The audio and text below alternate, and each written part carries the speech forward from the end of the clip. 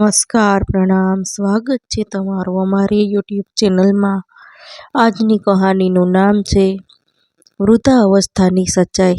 આ કહાની સાંભળ્યા બાદ તમે તમારા આંસુને રોકી નહીં શકો, એટલા માટે તમને વિનંતી છે કે આ કહાનીને અંત સુધી ધ્યાનથી સાંભળજો। એટલા માટે તમને વિનંતી છે કે આ કહાનીને અંત સુધી ધ્યાનથી સાંભળજો અને પસંદ આવે તો વિડીયોને લાઈક, શેર અને નવા હોય તો ચેનલને સબસ્ક્રાઈબ જરૂરથી કરજો। તો ચાલો શરૂ કરીએ આજની કહાની।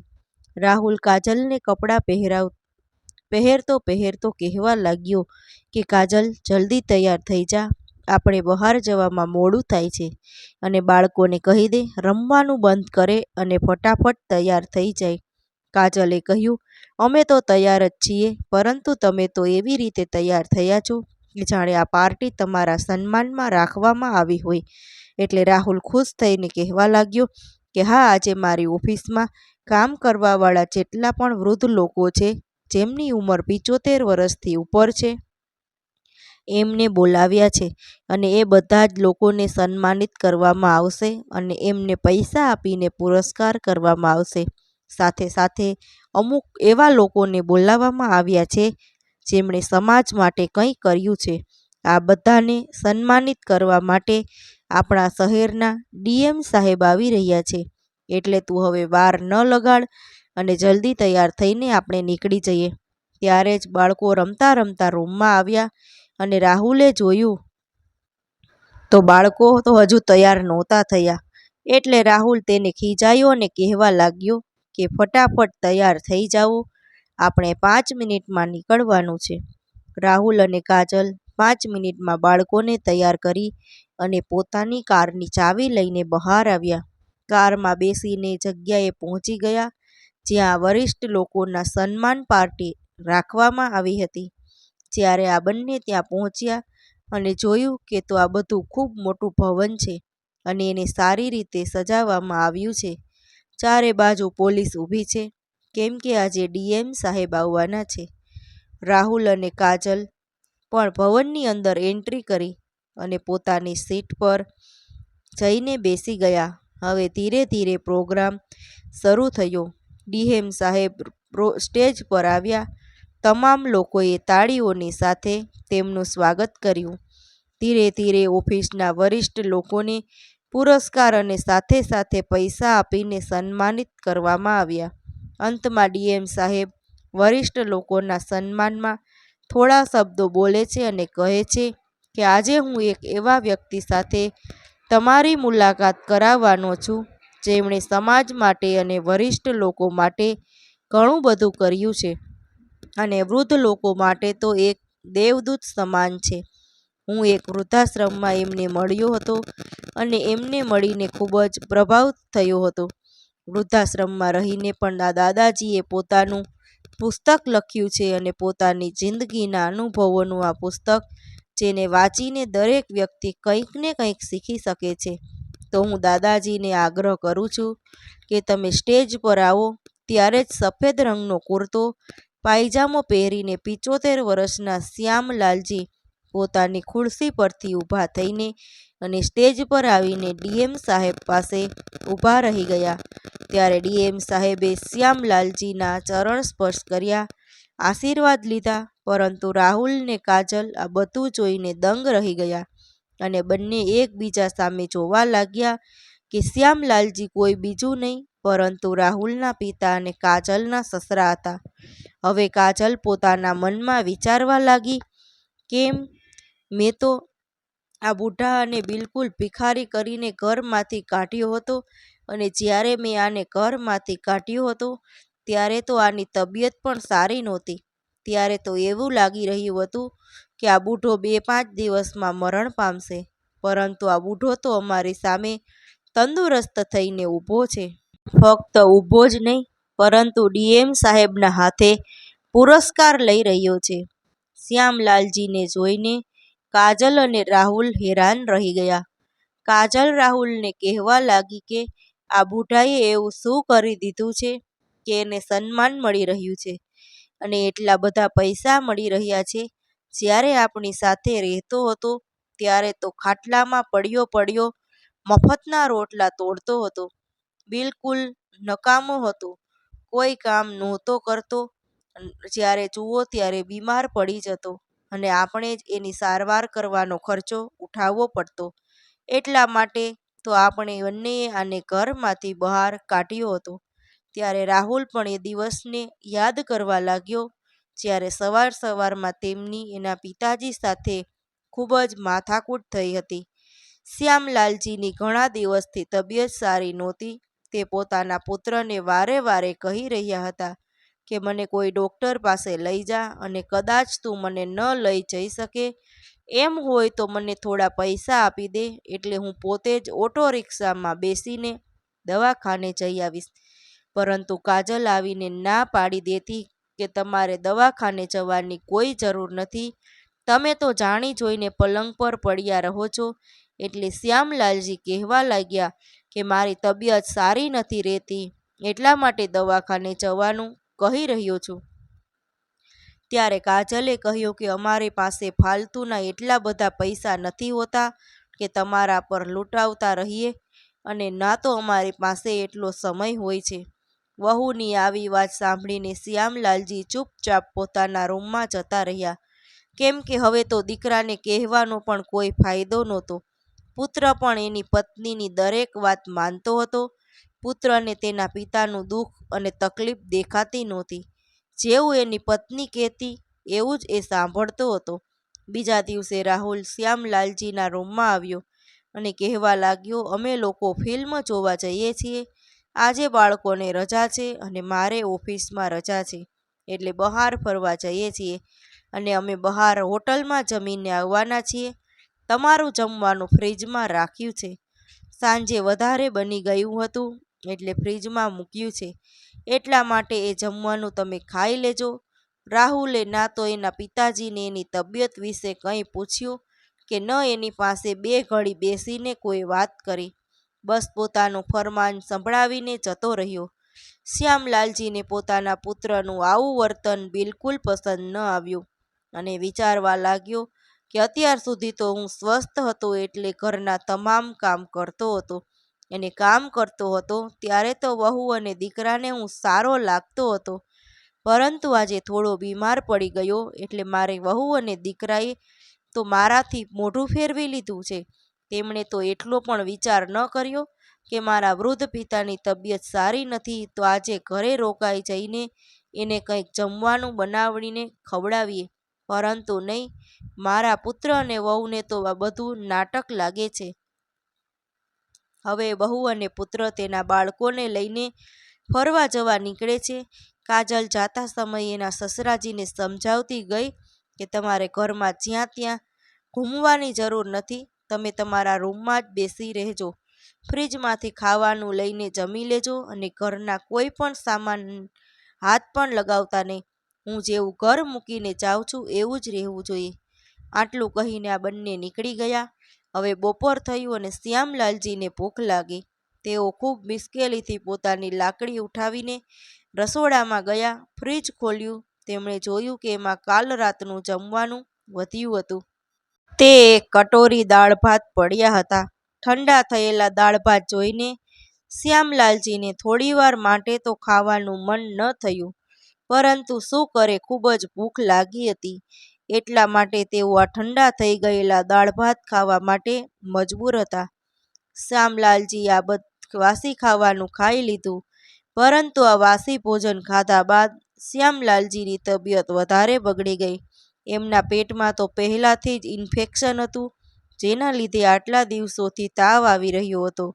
તેમણે તો પુત્રને દવાખાને જવાનું ઘણીવાર કીધું હતું, પરંતુ પુત્ર એને દવાખાને ન લઈ ગયો અને વાસી ખાવાનું ખાવાથી તેમને ઉલટી થવા લાગી. જ્યાં સુધીમાં તે વોશરૂમમાં પહોંચે ત્યાં તો એને ઉલટી થઈ ગઈ હતી. હવે ઉલટી થવાના લીધે રસોડું ખરાબ થઈ ગયું હતું. આસપાસમાં સામાન પડેલો હતો, તેને પણ છાંટા ઉડ્યા. આ જોઈને શ્યામપ્રસાદજી રસોડામાં સફાઈ કરવા માટે સાવરણીને પોતું લઈને આવ્યા. ત્યાં તો પુત્ર અને વહુ પણ મૂવી જોઈને આવી ગયા. કાજલે આવીને જોયું કે આખા ઘરને બુઢાએ ખરાબ કરી દીધું છે. આજુબાજુમાં મૂકેલી તમામ વસ્તુને પણ ખરાબ કરી દીધી છે. આ જોઈને કાજલને ખૂબ જ ગુસ્સો આવ્યો અને તે ચીલાવા લાગી અને શ્યામલાલજીને કહેવા લાગી કે નીકળી જાઓ અત્યારે ને અત્યારે અમારા ઘરમાંથી બહાર. તમે તો આખા ઘરને ગંદુ કરી રાખ્યું છે. હું તમને કેટલા સમજાવીને ગઈ હતી કે ઘરને ગંદુ નહીં કરતા, પરંતુ તમને તો કોઈ વાત સમજાતી નથી. ત્યારે શ્યામલાલજી રાહુલ તરફ કંઈ કહેવાની દ્રષ્ટિથી જોવા લાગ્યા, પરંતુ રાહુલ પણ શ્યામલાલજીને ચિલ્લાઈને કહેવા લાગ્યો કે તમને કહ્યું હતું કે તમે તમારા રૂમમાં જ રહેજો, તો પછી બહાર નીકળવાની શું જરૂર હતી? તમે તો આખા ઘરને ગંદુ કરીને રાખી દીધું છે. તમારી તો જરાક તબિયત ખરાબ થાય એટલે તમે આખા ઘરને માથા પર ઉઠાવી લો છો. હવે તમારાથી તમારા રોજ રોજના નખરા નથી સહન થતા. તમે તો શાંતિથી જીવતા નથી અને અમને પણ શાંતિથી જીવવા નથી દેતા. આનાથી તો સારું હોત કે માની જગ્યાએ તમે મરી ગયા હોત. માં જીવતી હોત તો ઘરમાં થોડું કામ કરતી હોત. તમે તો બસ ઘરમાં પડ્યા રહો છો. તમે જ્યારથી પ્રાઇવેટ સ્કૂલમાં ભણાવવાનું બંધ કર્યું છે ત્યારથી બધો જ ખર્ચો મારે કરવો પડે છે. રાહુલની આવી વાત સાંભળીને શ્યામલાલજીની ધીરજ તૂટી ગઈ. તેમાંથી હવે સહન નહોતું થઈ રહ્યું. વહુ અને દીકરો તેની સાથે થોડી ઘણી પણ હમદર્દી રાખવાના બદલે તેમની સામે ઉલટું સીધું બોલી રહ્યા હતા. વહુ અને દીકરાને ખબર હતી કે મારી તબિયત ખરાબ છે, તો પણ મને એકલો છોડીને મૂવી જોવા જતા રહ્યા. આ લોકોને જરા પણ તેમના વૃદ્ધ પિતાની ચિંતા નથી. મેં મારા પુત્ર માટે શું શું નથી કર્યું. હું એક પ્રાઇવેટ સ્કૂલમાં હિન્દી ટીચર હતો. મારી પાસે એટલા પૈસા પણ નહોતા. મેં જેમ તેમ કરીને થોડા ઘણા પૈસા બચાવીને મેં મારા દીકરાને ભણાવ્યો ગણાવ્યો અને એટલો લાયક બનાવ્યો કે આજે આવડી નોકરી કરે છે, સરકારી ઓફિસર છે. તો પણ તે પોતાના વૃદ્ધ પિતાની જરાક પણ ઇજ્જત નથી કરતો. શ્યામપ્રસાદજી પોતાના પુત્ર અને વહુને કંઈ નથી કહેતા, કેમ કે એમને ખબર છે કે કંઈ પણ કહેશે તો વહુ અને દીકરો એનો વિરોધ કરવાના છે. શ્યામલાલજીની વાતને ઘરમાં કોઈ સમજવા વાળું નથી. હવે શ્યામલાલજી પોતાના રૂમમાં આવ્યા. થોડી વાર માટે ખુરશી પર બેસી ગયા અને વિચાર કરવા લાગ્યા. ત્યારબાદ તેણે એક બેગ ઉઠાવ્યો અને બેગમાં પોતાના 2 જોડી કપડાં ભર્યા અને પોતાની ડાયરી અને કલમ ઉઠાવી લીધી, કેમ કે તેમને ડાયરી લખવાનો ખૂબ શોખ હતો. હવે શ્યામલાલજી પોતાની લાકડી લઈને ઘરેથી નીકળી ગયા. થોડા આગળ જઈને તેમણે એક જૂના મિત્રને ફોન કર્યો, જે ઘણા સમયથી એક વૃદ્ધાશ્રમમાં રહેતો હતો. તેની સાથે વાત કરતાં કરતાં કહેવા લાગ્યા કે હું પણ વૃદ્ધાશ્રમમાં આવવા માગું છું. આવી રીતે શ્યામલાલજી તેના મિત્રના વૃદ્ધાશ્રમમાં પહોંચી ગયા અને ત્યાં રહીને પોતાના જીવનના અંતિમ સમયને વિતાવવા લાગ્યા. ત્યાં રહી શ્યામલાલજી પોતાની ડાયરી લખતા રહેતા, જેમાં તેઓ પોતાના જીવનના અનુભવો લખતા હતા. તેમની પત્ની સાથે રહેવાનો અનુભવ, પોતાના પુત્ર અને વહુના કડવા અનુભવો, વૃદ્ધાવસ્થાની સચ્ચાઈનો અનુભવ. તેમણે પોતાના જીવનના દરેક સમયના અનુભવો આ ડાયરીમાં લખ્યા હતા. એક દિવસ શ્યામલાલજીના મિત્રએ ડાયરી વાંચી લીધી અને ડાયરી વાંચીને શ્યામલાલજીને સલાહ આપી, તમે તો ખૂબ સારી ડાયરી લખી છે. અરે તમે જે આ ડાયરીમાં લખ્યું છે તમામ માતા પિતાની વૃદ્ધાવસ્થાનું દર્દ છે. માતા પિતા આ દુઃખ દર્દમાંથી ગુજરે છે. અરે શ્યામલાલજી, તમે તો જીવંત રૂપથી એક દુઃખી પિતાની કહાની આ ડાયરીમાં લખી છે. તમે એક કામ કરો, આ ડાયરીને એક બુકમાં રૂમમાં છપાવી દો, જેનાથી બીજા માતા પિતાઓ તમારી ડાયરીમાંથી કંઈક શીખી શકે, પોતાના પુત્ર અને પુત્રવધૂના અત્યાચારોથી બચી શકે. અને તમે આ વૃદ્ધાશ્રમમાં રહીને તમામ લોકોની કેટલી સહાયતા કરો છો તે હું 1 વર્ષથી જોઈ રહ્યો છું. તમે દરેક લોકોની સહાયતા કરવા માટે હંમેશા તત્પર રહો છો. દરેક વ્યક્તિ તમારા સારા સ્વભાવથી પ્રભાવિત છે. આટલી મોટી ઉંમર હોવા છતાં પણ તમે ખૂબ જ તંદુરસ્ત છો અને હંમેશા લોકોને સકારાત્મક રહેવાની સલાહ આપો છો અને દરેક લોકોનું મનોરંજન કરો છો. હવે શ્યામલાલજીને તેમના મિત્રની વાત પસંદ આવી અને બીજા દિવસે તે પોતાના મિત્ર સાથે પોતાની ડાયરીને એક બુકના રૂપમાં છપાવવા માટે નીકળી ગયા. થોડા દિવસ બાદ આ બુક છપાઈ ગઈ અને માર્કેટમાં આવી ગઈ. ધીરે ધીરે આ પુસ્તક એટલું બધું ધૂમ મચાવવા લાગ્યું કે દરેક વ્યક્તિ આ પુસ્તક ખરીદવા માંગતો હતો. આ પુસ્તકનું નામ શ્યામપ્રસાદજીએ વૃદ્ધાવસ્થાની સચ્ચાઈ રાખ્યું હતું. તમામ લોકોએ આ પુસ્તકને ખૂબ જ પસંદ કરી રહ્યા હતા. હવે ધીરે ધીરે શ્યામલાલજીનું ખૂબ જ નામ થવા લાગ્યું હતું અને આજે તો એ સ્થિતિએ પહોંચી ગયા હતા કે શહેરના ડીએમએ ખૂબ શ્યામલાલજીનું નામ એક વરિષ્ઠ વ્યક્તિઓના લિસ્ટમાં સન્માનિત કરવા માટે લીધું હતું. નમસ્કાર દોસ્તો, આવા અવાજ સાથે શ્યામલાલજીએ હાથમાં માઇક લઈને સ્ટેજ પર બોલવાનું શરૂ કર્યું ત્યારે તમામ લોકોનું ધ્યાન શ્યામલાલજી તરફ હતું. રાહુલ અને કાજલ પણ શ્યામલાલજીને જોવા લાગ્યા. હવે શ્યામલાલજી કહેવા લાગ્યા કે મેં જે પુસ્તક લખ્યું છે એ પુસ્તક જ નથી પરંતુ એક હકીકત છે. આજના સમાજમાં ઘણા બધા ઘરોમાં માતા પિતા સાથે દુર્વ્યવહાર થાય છે. તમામ સંપત્તિ, તમામ પ્રોપર્ટીમાં માતા પિતાની કમાયેલી હોય છે, પરંતુ બાળકો જ્યારે મોટા થાય છે ત્યારે મા બાપની તમામ પ્રોપર્ટી તેની પાસેથી છૂટવી લે છે અને મા બાપને પોતાના જ ઘરમાંથી કાઢી મૂકવામાં જરા પણ વિચાર નથી કરતા. હું પણ આ બધી જ પરિસ્થિતિઓમાંથી ગુજરી ચૂક્યો છું. શ્યામલાલજી હવે આગળ કંઈ નથી કહેતા અને ધન્યવાદ કરતા કહેવા લાગે કે તમે બધા લોકો આ પુસ્તકને એકવાર જરૂર વાંચજો, તમને ખૂબ જ પસંદ આવશે. હવે ડીએમ સાહેબ પણ શ્યામલાલજીની ખૂબ જ પ્રશંસા કરવા લાગ્યા અને ડીએમ સાહેબે ખુદ શ્યામલાલજીના પુસ્તકનું પ્રમોશન કર્યું. સાથે સાથે તેમને પુરસ્કાર અને પૈસાના રૂપમાં 20 લાખ રૂપિયા આપ્યા. જ્યારે રાહુલ અને કાજલે 20 લાખ રૂપિયાનો ચેક શ્યામલાલજીના હાથમાં જોયો તો બંનેની આંખોમાં લાલચ જાગવા લાગી. ફરી આ બંને એકબીજા સામે જોવા લાગ્યા અને અંદરો અંદર ઈશારા કરવા લાગ્યા. હવે આખો પ્રોગ્રામ સમાપ્ત થયા બાદ તમામ લોકો ઘરે જવા લાગ્યા ત્યારે રાહુલ અને કાજલ શ્યામલાલજી પાસે આવ્યા. એટલે શ્યામલાલજી પુત્ર અને પુત્રવધૂને સામે જોઈને આશ્ચર્યમાં પડી ગયા. પરંતુ શ્યામલાલજીના મનમાં એના દીકરા અને વહુ પ્રત્યે અમુક કડવી યાદો પણ હતી, પરંતુ તેમણે તેના પુત્ર અને પુત્રવધૂને માફ નહોતું કર્યું. એટલા માટે તેઓ દીકરા અને વહુને જોઈને પોતાનો રસ્તો બદલીને બીજી તરફ જવા લાગ્યા. ત્યારે કાજલ અને રાહુલે શ્યામલાલજીના પગ પકડી લીધા અને કહેવા લાગ્યા કે પિતાજી, અમને માફ કરી દો, અમારાથી ખૂબ મોટી ભૂલ થઈ ગઈ. હવે તમે અમારા ઘરે આવો અને અમારી સાથે રહો. અમે તમારું ખૂબ જ ધ્યાન રાખશું અને અમારા કરેલા પર ખૂબ જ પસ્તાવો થઈ રહ્યો છે. તમે ઘરની બહાર એકલા કેવી રીતે રહેશો અને હવે તો તમારી પાસે આટલા બધા પૈસા છે અને તમે આટલા વૃદ્ધ થઈ ગયા છો. સમાજમાં અલગ અલગ પ્રકારના લોકો રહે છે. ખબર નહીં કોઈની ખરાબ નજર તમારા પૈસા પર પડી જાય એટલે તમે કેવી રીતે સંભાળી શકશો. એટલા માટે તમે તમારા પુત્ર અને પુત્રવધૂના ઘરે આવો. અમે તમને અમારા ઘરમાં સારી રીતે સાચવીશું, તમારી સેવા કરીશું અને તમારા પૈસા પણ સુરક્ષિત રહેશે.